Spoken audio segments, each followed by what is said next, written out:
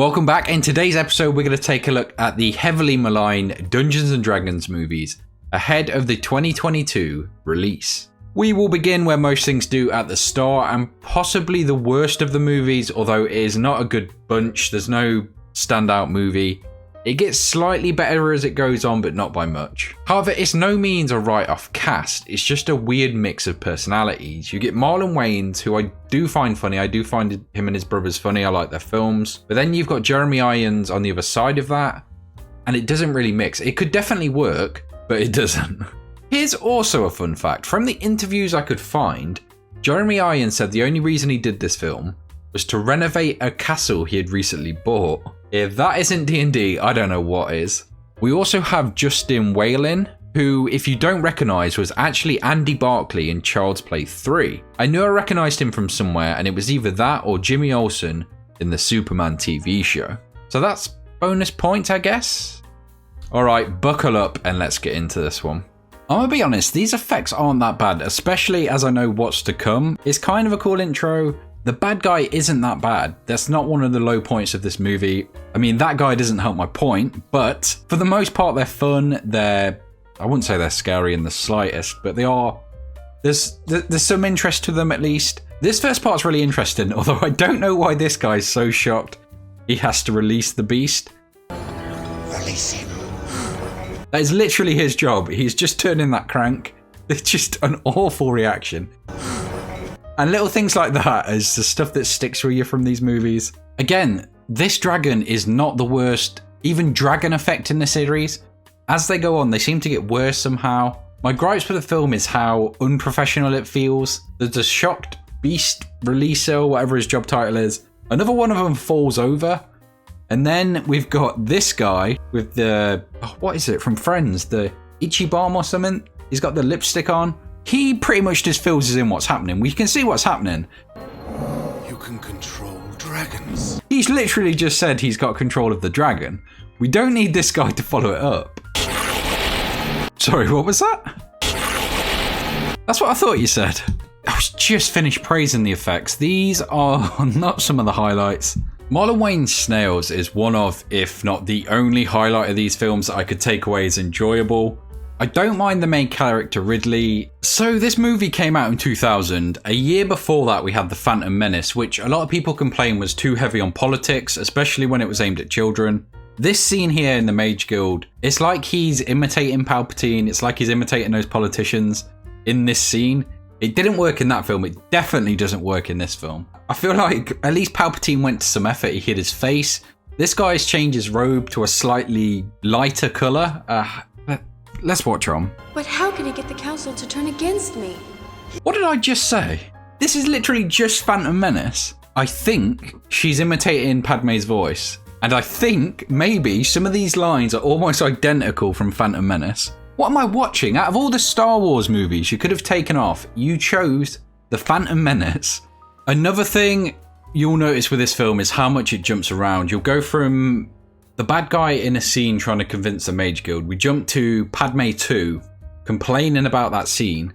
And then we jump back to the bad guy in a completely different scene. There's just no flow to it. It doesn't feel like we're following a story. The back and forth between these characters does add some comedy to it. I do actually like the slapstick effects with Marlon Wayans, and he does keep that up through the movie, which adds some charm to this film. It's not enough to save it. Now, at points, it does manage to bring D&D items and D&D things we recognise from the game into the movie. Sometimes it's not so subtle. I do actually like this one where they find the illusion block. Normally you would throw like a deck of cards or deck of illusions or something like that in the game, and it would create something similar to this. So I do actually like this inclusion, but it is one of the few. Then, unfortunately, nothing happens for like 10-20 minutes really, other than one thing I will say. Dwarves are some of my favourite races in Lord of the Rings, in D&D, in any kind of fantasy genre.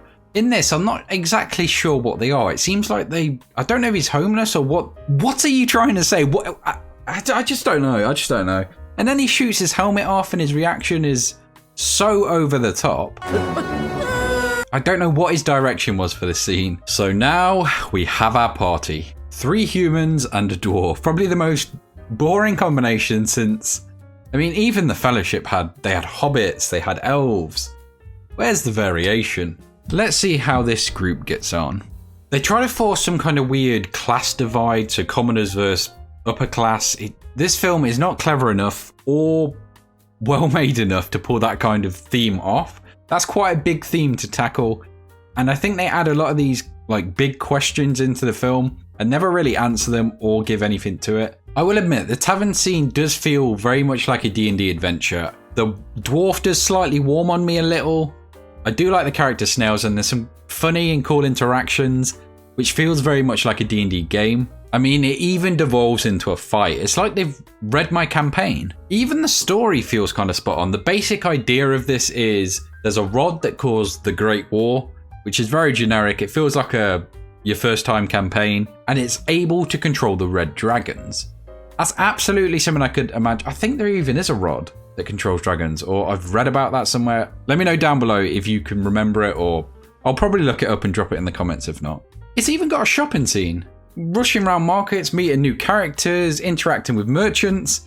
This is what D&D is about, so I feel like it does hit on it at points, but the characters and the story just aren't strong enough. I'm going to be honest, this film started to charm me. It does feel very much like a D&D party. Things don't go... It's one of the memes, but you expect it to be like The Fellowship, but by the time you're finished, it's more like Monty Python or this film. But now, because I've played D&D a lot more, I do appreciate some of the themes and some of the things that are happening. I'm not sure it's enough to rewatch this film ever after this, but it's definitely worth a watch if you haven't seen it. Okay, I'm not sure what race this guy is or what monster or character he's supposed to be. I'm really hoping it's not a mind flayer, but the way he keeps going like... I don't know if that's supposed to like signify tentacles and they just couldn't be bothered to put them on. Or, I don't know, whatever he's doing is way over the top. Yeah, it really takes you out of the movie, and it takes you out of the charm and stuff that have brought you into it. It completely breaks any immersion for me. Every now and again, like I said before, it has these scenes that are so stereotypical or over the top. It's supposed to be like a family fun friendly film, and this just doesn't fit at all. This is precious morsel traveling with you. I've just realised where I recognise him from as well. He's the guy, I'm pretty sure it is, from the Crystal Maze. He's so over the top and strange in that. He brings the same thing to this movie. Eye of the Dragon is the prize at the centre of my guild maze, weren't you? You just mentioned a maze within the movie.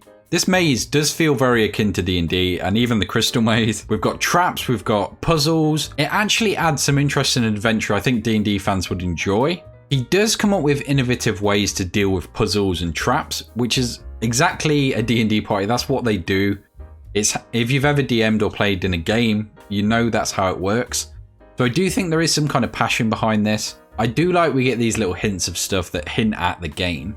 Oh, what a romantic notion. Okay, this guy's one of my favourite parts of this movie now. He's definitely warming to me. I like his over-the-top campy performance. He's also in the Rocky Horror Picture Show, so I knew I recognised him from somewhere. He fits this movie perfectly. He fits the charm of this movie perfectly.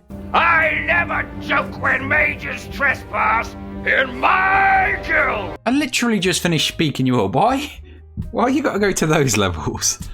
You get the dwarf, I'll get the girl. Wait! How come I always gotta get the dwarf? One of the genuinely really funny lines in this.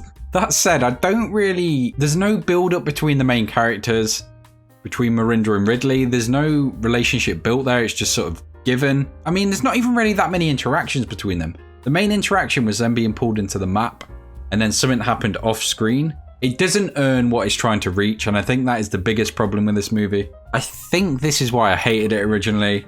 It killed off probably my favourite character in this. Ridley's not as interesting as Snails is.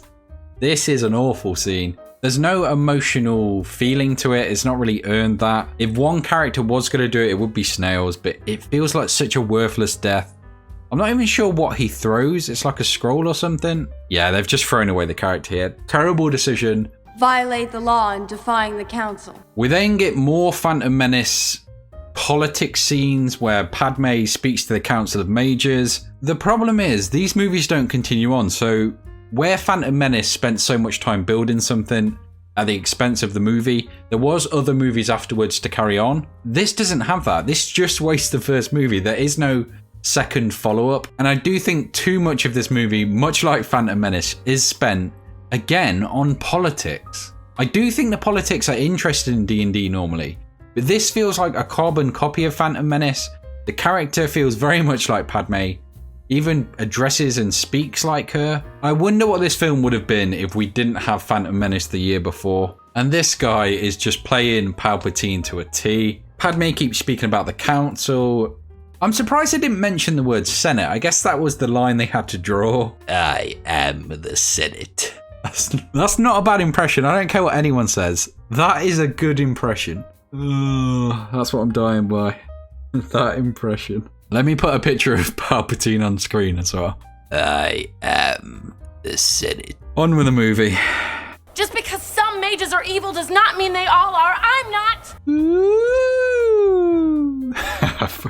It's like I'm in primary school. We then get what I would argue are the worst effects of this movie. I don't know why they tried to go for such an epic scene. They tried to do so many dragons and such a grand ending. We get a dragon chase and then they defeat the bad guy. Or do they? It doesn't really matter. And then it ends. I'll be honest, there were some good points. There was some charm to it. Some of the characters were interesting and funny. But there were a lot of bad moments. That's the only word I can think to describe it. Just poorly acted, or poor effects, or poor dubbing, or... Overall, I do think the movie was fun. But I do think the ratings on IMDb and stuff do hit the nail on the head.